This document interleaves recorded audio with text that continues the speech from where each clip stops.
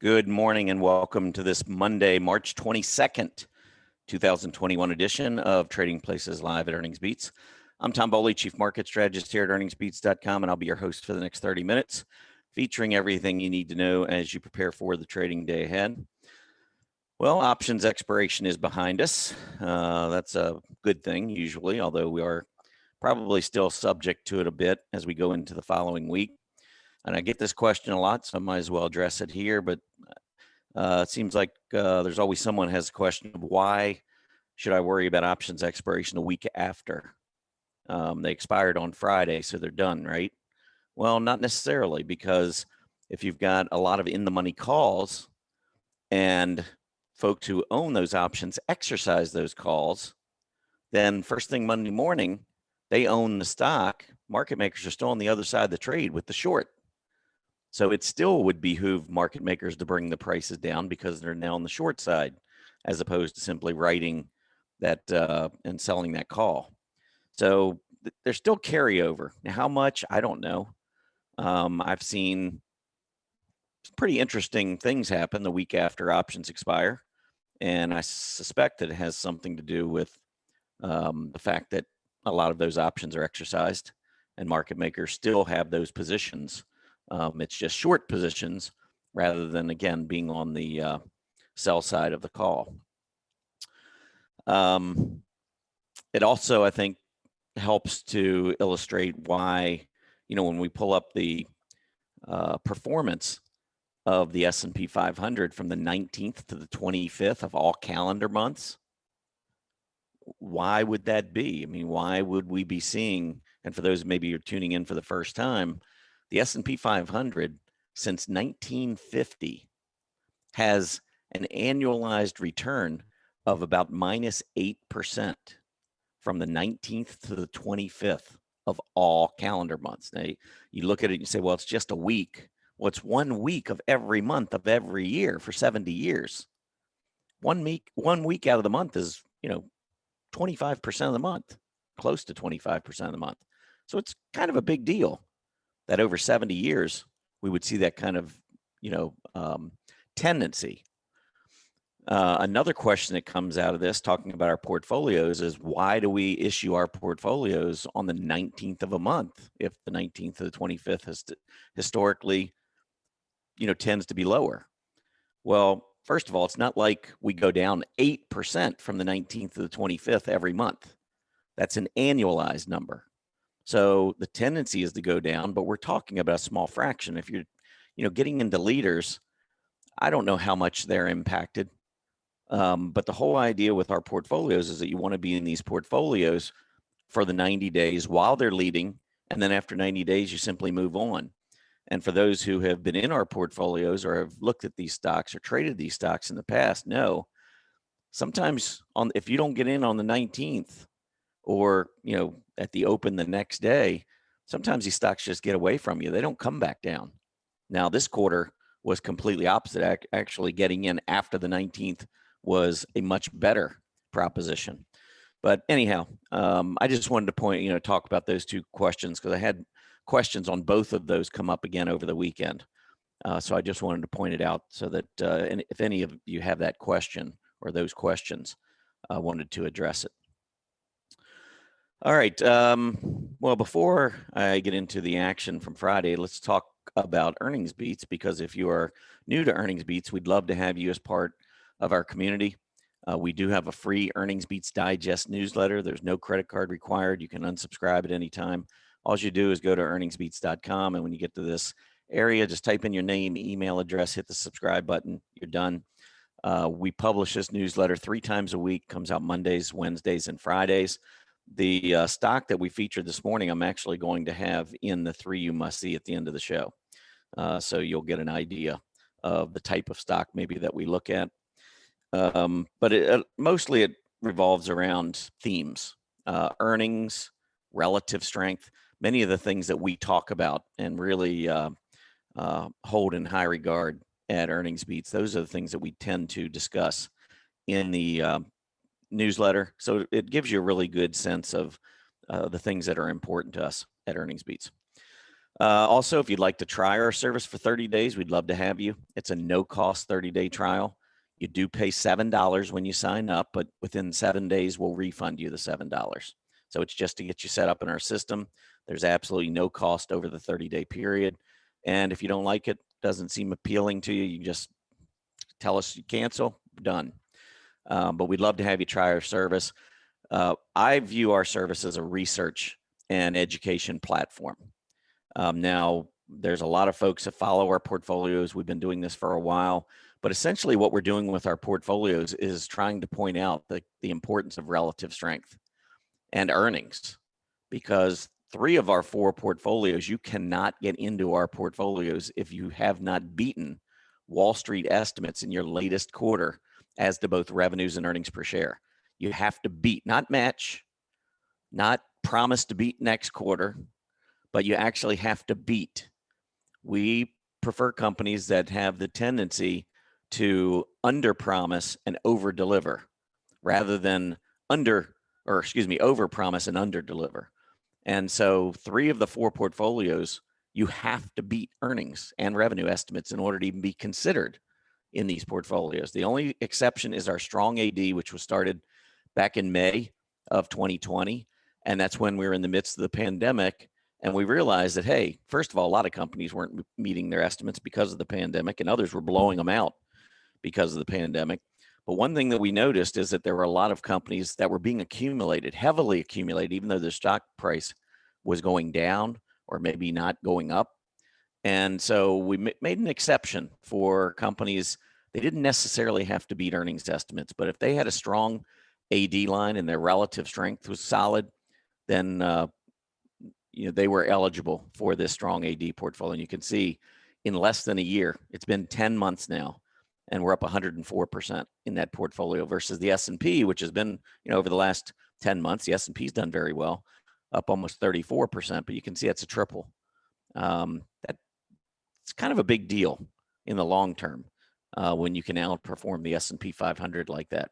And all of our portfolios since we started are doing very well relative to the S&P 500. This quarter has been tough, but 3 of our 4 portfolios still are focusing on growth. And I believe growth is coming back.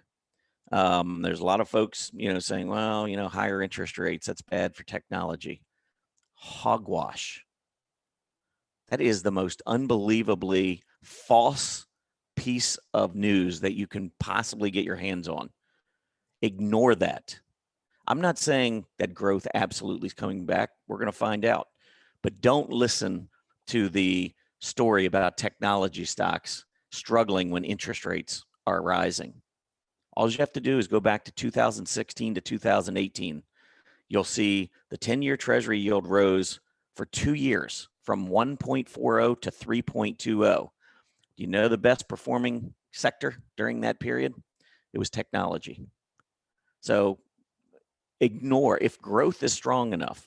The bigger problem for technology stocks is inflation.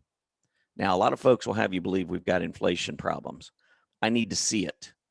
And I don't mean in the headline number, because we're going to see it in the headline number over the next 3 months. I've talked about that a little bit.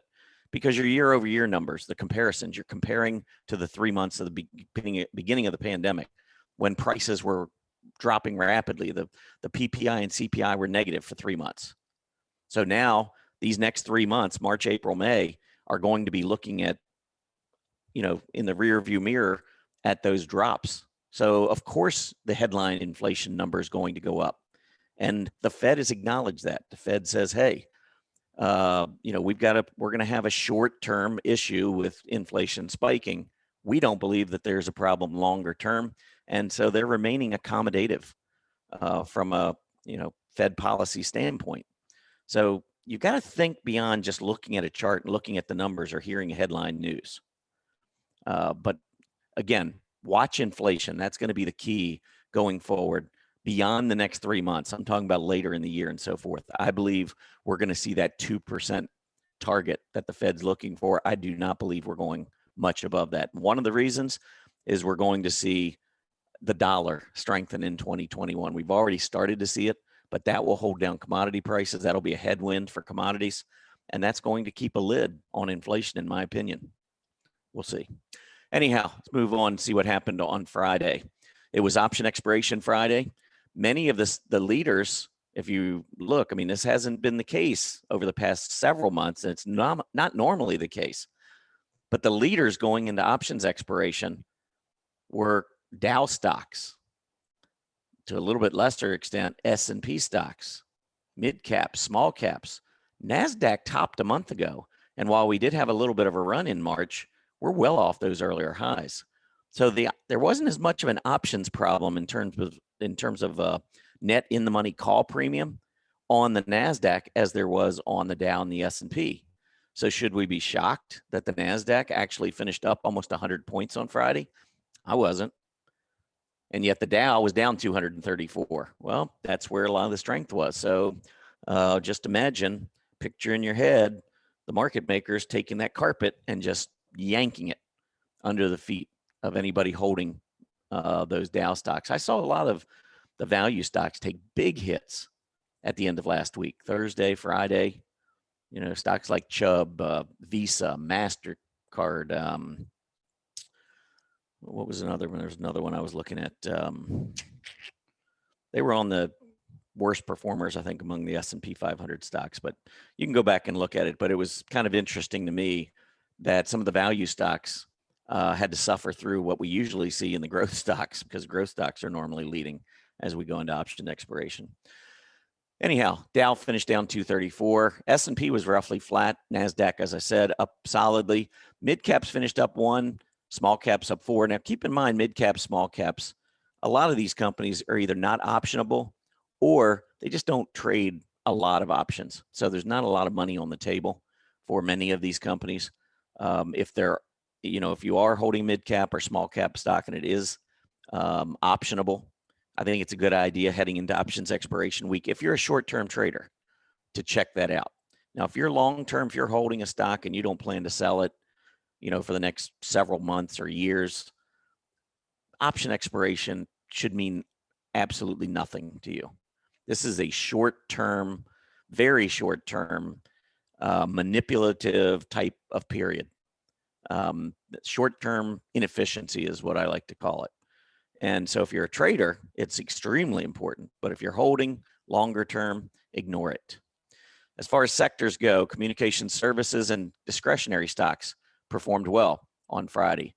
Again, discretionary stocks had reached their high back in February, took a big hit going into the early part of March, had bounced back, but well off the highs that we saw in February. So I don't think that there was nearly as much reason to take down discretionary into options expiration. Communication services actually did well and has been one of the better performing groups. So that might have been a little bit of surprise to see that group lead on Friday. Real estate down. You can see the huge move in February, breaking out the new highs. Not too shocking. We saw weakness there. And then, of course, financials taking a pause after a huge move up. So this was one of the best. This might be the best sector in terms of scooter right now. But we saw weakness there from that midday Thursday high through the Friday close. As far as the industry groups go, the best performer was renewable energy, which I find this to be very interesting because renewable energy, if you recall, the last 2 months, this group has been hammered during option expiration week because they had made big moves and there was a ton of in the money call premium. This time, after moving down for 30 days, there was probably in the money put premium. And so we got a rise of 4% into options expiration. I just have to chuckle because there is so much manipulation going on.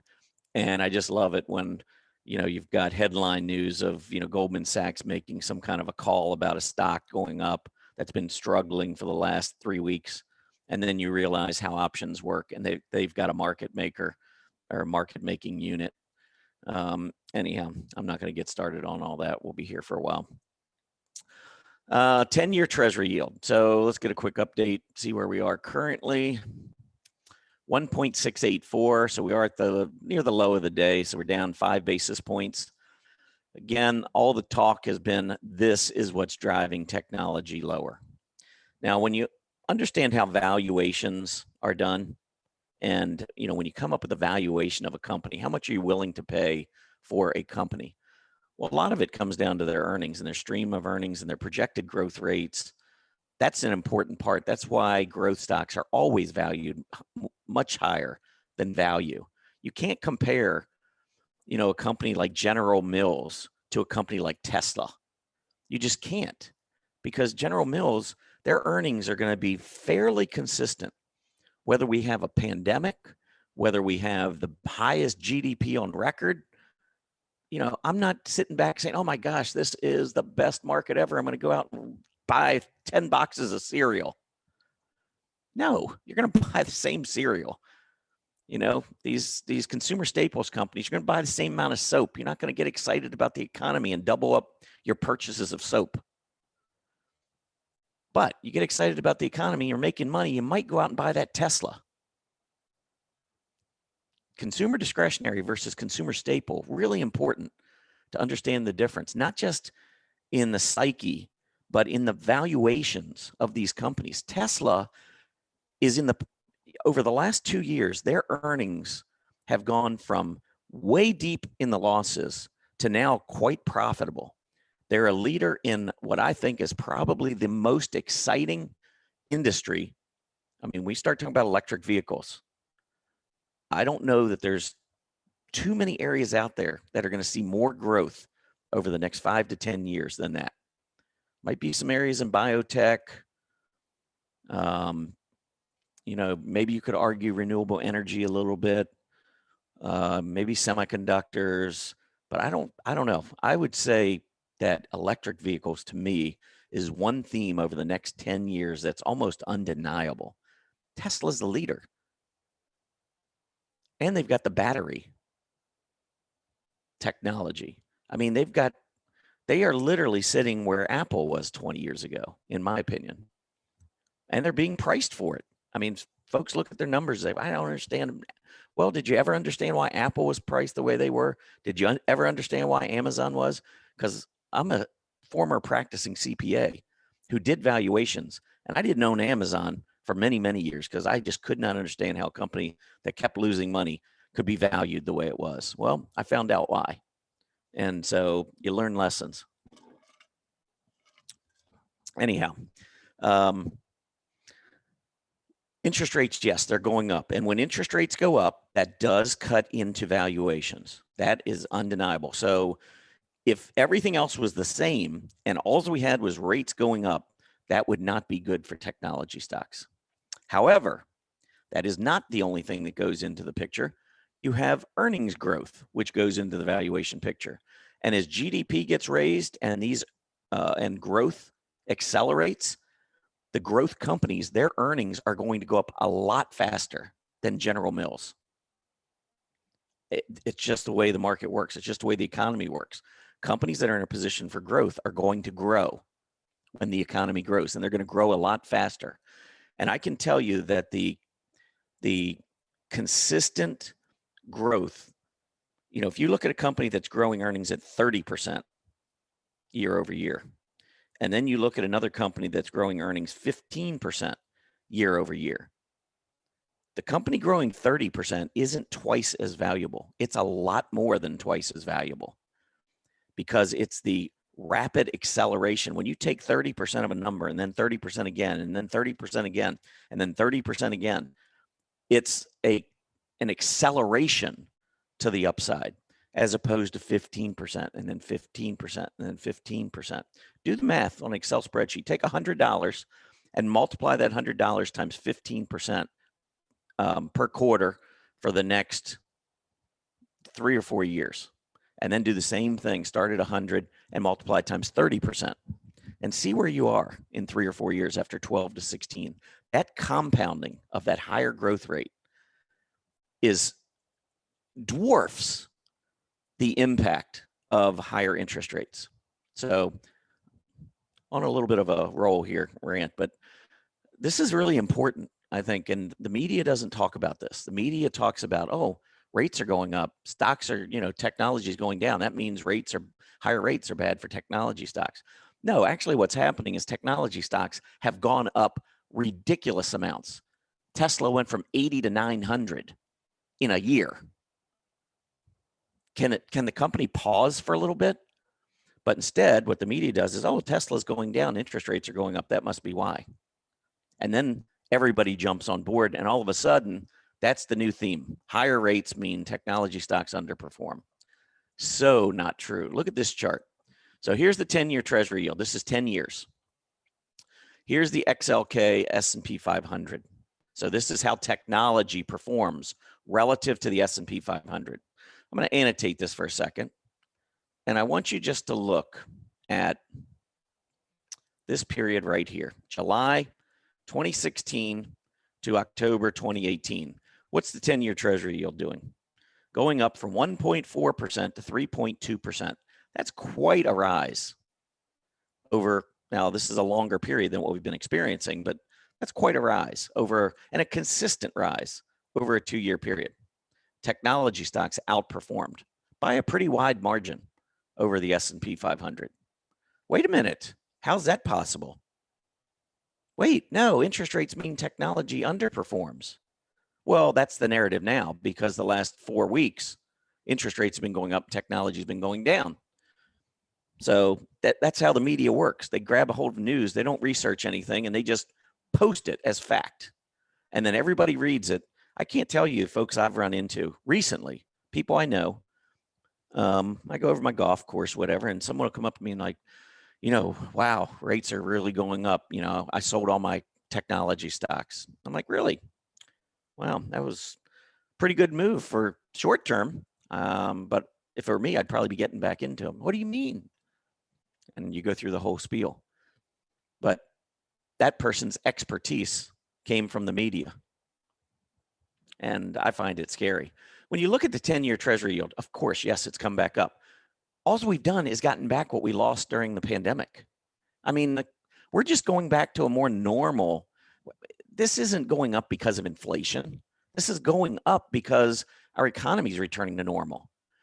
You got folks that are saying the drop in interest rates last year, horrible for stocks. Now we got the same people saying this huge move up in interest rates, horrible for stocks. You know, I tune it out. I can't listen to all of that noise and try to rationally approach the stock market. I look at the charts. Here, the 10-year Treasury yield was going down for 2.5 years. Technology outperformed. Here, we went up for 2.5 years. Technology outperformed. What's the common denominator? Technology outperforming. We're in a secular bull market. Technology outperforms. Now, we had a huge run. Are we going to pull back for a period of time? Maybe. You know, I wish I had a crystal ball and could see what was going to happen over the next 2, 3, 4, 5 months. I'm not sure. What I do know, though, from my background is when you've got GDP, which the Fed now has already upped, they were at 4.2% in December. In the March meeting, they just said 6.5%. Do you know what the difference between 4.2% in GDP and 6.5% is? Well, let me put this in perspective. We haven't seen anything above about 5.5% GDP since the 1980s. So we're looking at interest rates being near historic lows if we wipe out the pandemic, the effects of the pandemic. I mean, 1.7%, are you kidding me? This is crazy low interest rates. And GDP of 6.5%, which I think the Fed's going to be low. I think we're going to be more like 7. I wouldn't be shocked if we see 8. With 2% interest rates? I don't know. If you want to stick with value, stick with value. I'm sticking with growth. Anyhow, so, you know, when you look at the, let me pull up a chart. Pull up a chart of the QQQ. Because we had a nice move up, and I'm going to shorten this just so we can get a little bit better view of what's going on. Let's see if 6 months works. Yeah, it's pretty good. All right, so here's your move up in the QQQ through mid-February. Now, last month, you know, technology, QQQ's pulled back. What I see and what I talked about originally was an ABC correction, A, B, C. So I think the bottom is in. Am I right? I don't know. I guess we'll find out. But when we move back up here, I also talked about this possibly being a neckline and a pullback to set a right shoulder down at 310. We need to keep in mind as a possibility. I mean, right now we have a very symmetrical inverse head and shoulder pattern. If we go back up and clear 325, and remember, we're getting close now to earnings season. We tend to run higher as we approach earnings. But if we go back up and break through 325, that would be another 27 points measurement, 26 points, which would take us to 350, which would be a breakout. So just keep that pattern in mind in the event that we all of a sudden start strengthening and we get back through 325, because that is a very bullish pattern.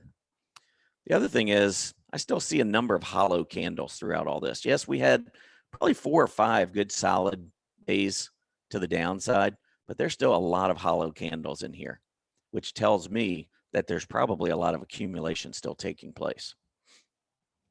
So I wanted to point this chart out because I thought this was interesting.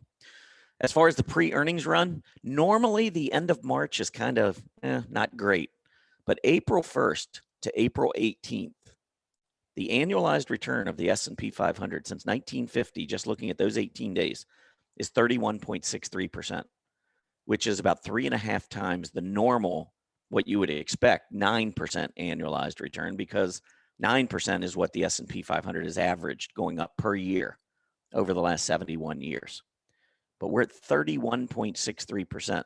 So if we just kind of hold our own here in March, or maybe we start to move back to the upside, just remember, first 18 days of April tends to be extremely bullish, as do as we start every calendar quarter, the market tends to perform extremely well heading into earnings. Buy on rumor, sell on news.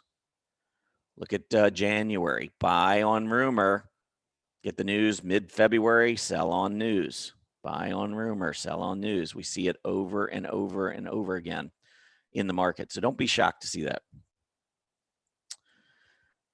Now, back in the fall of last year, I said, watch small caps, transports, and bond yields, because I was having questions. What's the catalyst? Because I was very bullish throughout 2020, and the market did rebound big all the way into October and November.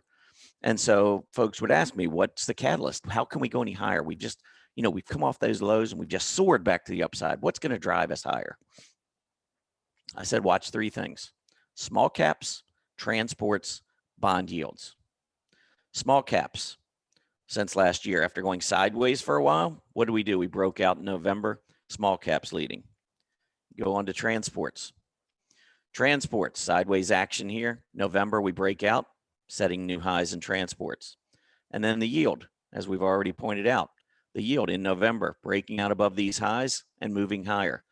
I mean, I couldn't have spelled that out much better. That was one of the better calls that I've made.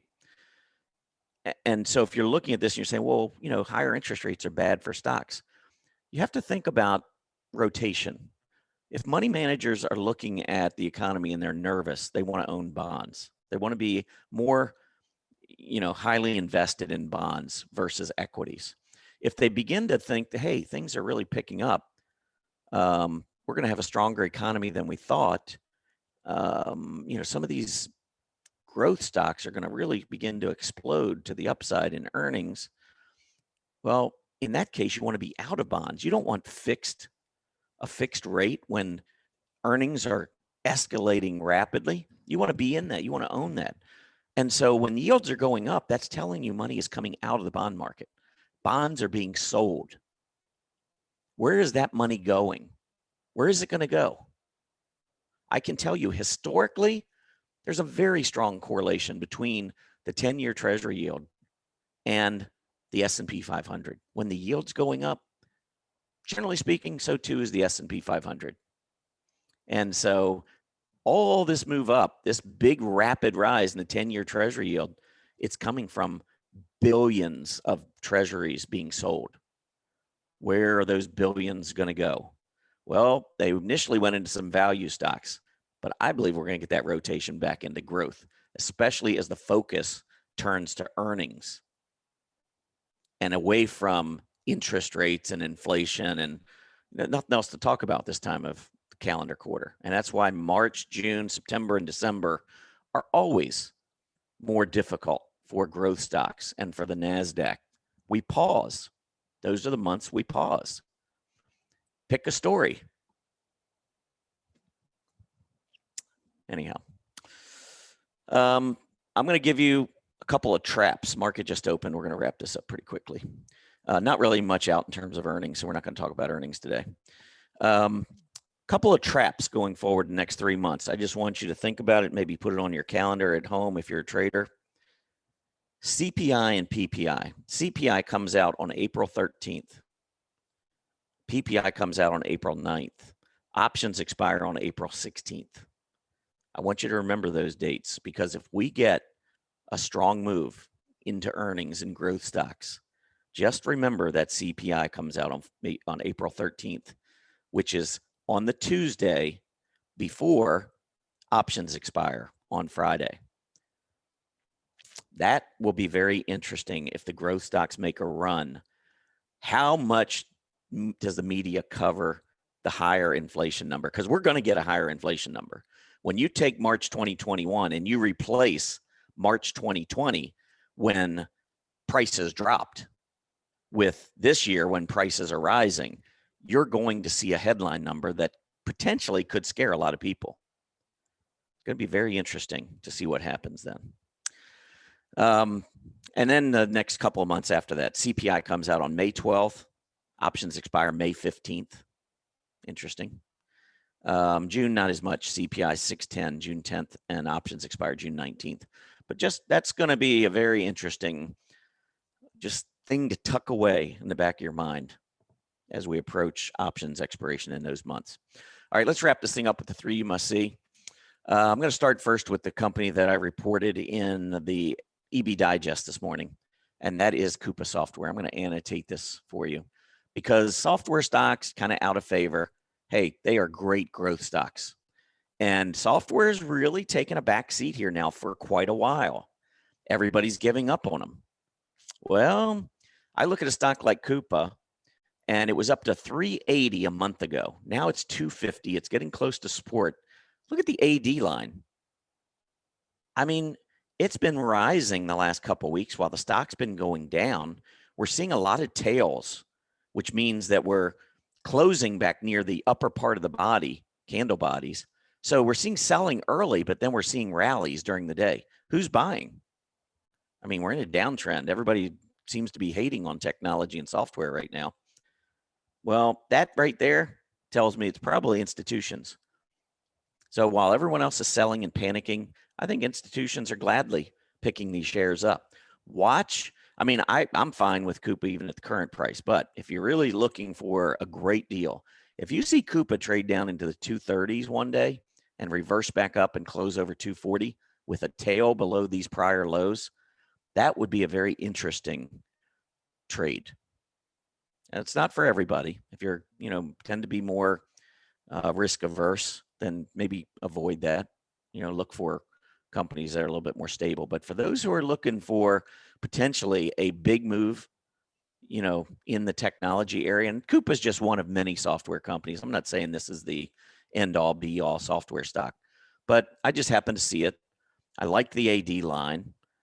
This was a leader in software back, in August when it was making the big run. It actually held on to its relative leadership even at these highs.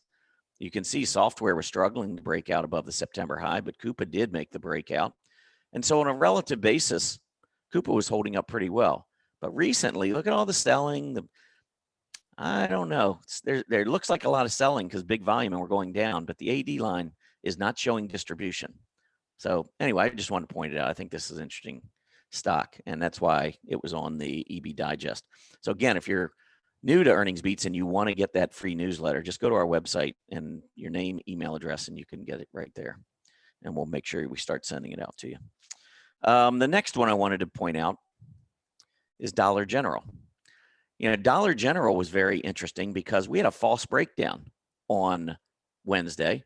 I did not look at options, but I can only imagine that with this drop, that there was a lot of net in the money put premium on Dollar General. and it was showing a breakdown on Thursday of last week.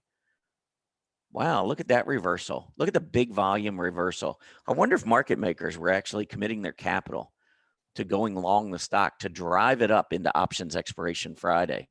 Wonder how many of those put options that looked so appetizing Thursday afternoon, I wonder how many of them expired worthless the next day. That's what you have to be careful of going into options expiration. Now, does this mean that the long-term or this intermediate term or long-term downtrend is over for Dollar General? No.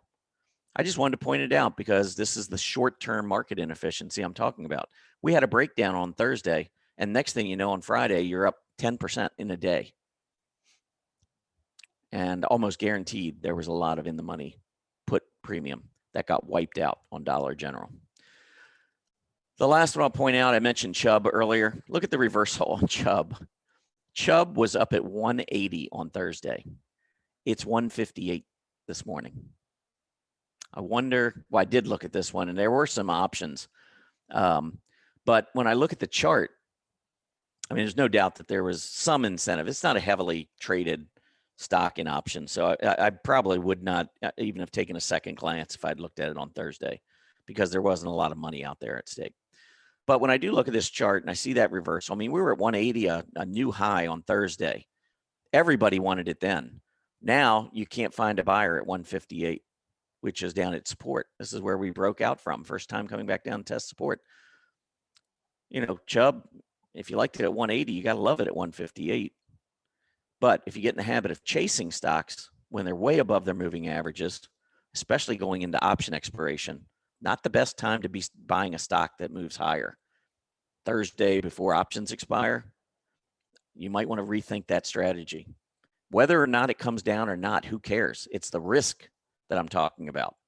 Sometimes they don't come down. Sometimes they do what Chubb did, which is a major reversal. But 158 starts to look pretty interesting to me. Anyhow, just wanted to point those three out. All right, let's take a quick look at the market, and then we'll wrap this up for today. By the way, I'm going to be on a show later today over at Stock Charts TV, Chart Madness. I don't know if you saw the Chart Watchers newsletter, but that was in the headline of the newsletter. I'm going to be on there with Greg Schnell and Grayson Rose and Dave Keller. Dave's going to be hosting, but we're all going to be giving our bracket picks. And I can just tell you, I'll give you a little sneak preview. I'm into growth and they're not. So it's going to be a really interesting, I'm probably going to get ganged up on, but you know what? I don't care because I've got convictions. I stick with them. I've got background in public accounting. I've valued companies, 6.5% GDP, 1.7% 10-year treasury yield. Are you kidding me? I think you got to stick with growth.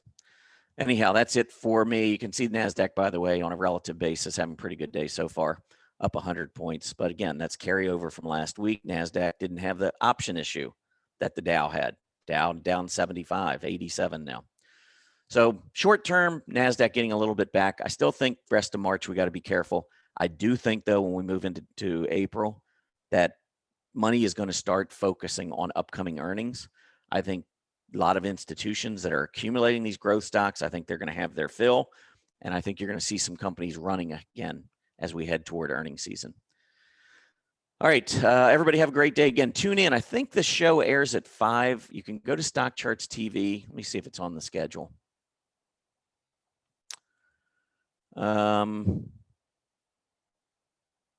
Chart Madness, 5 o'clock Eastern.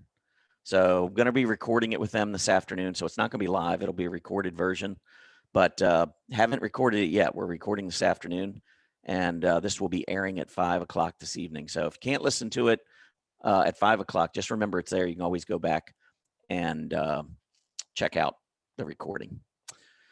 All right, everybody have a great day. I will be back on I'll be back tomorrow for next Trading Places Live. It'll be a recorded version over at Stock Charts TV, which airs at 9 a.m. Eastern on Tuesday morning. And then I'll be right back here at Earnings Beats on Wednesday at 9 o'clock for your next Trading Places Live here at Earnings Beats. Everybody have a great day. Happy trading.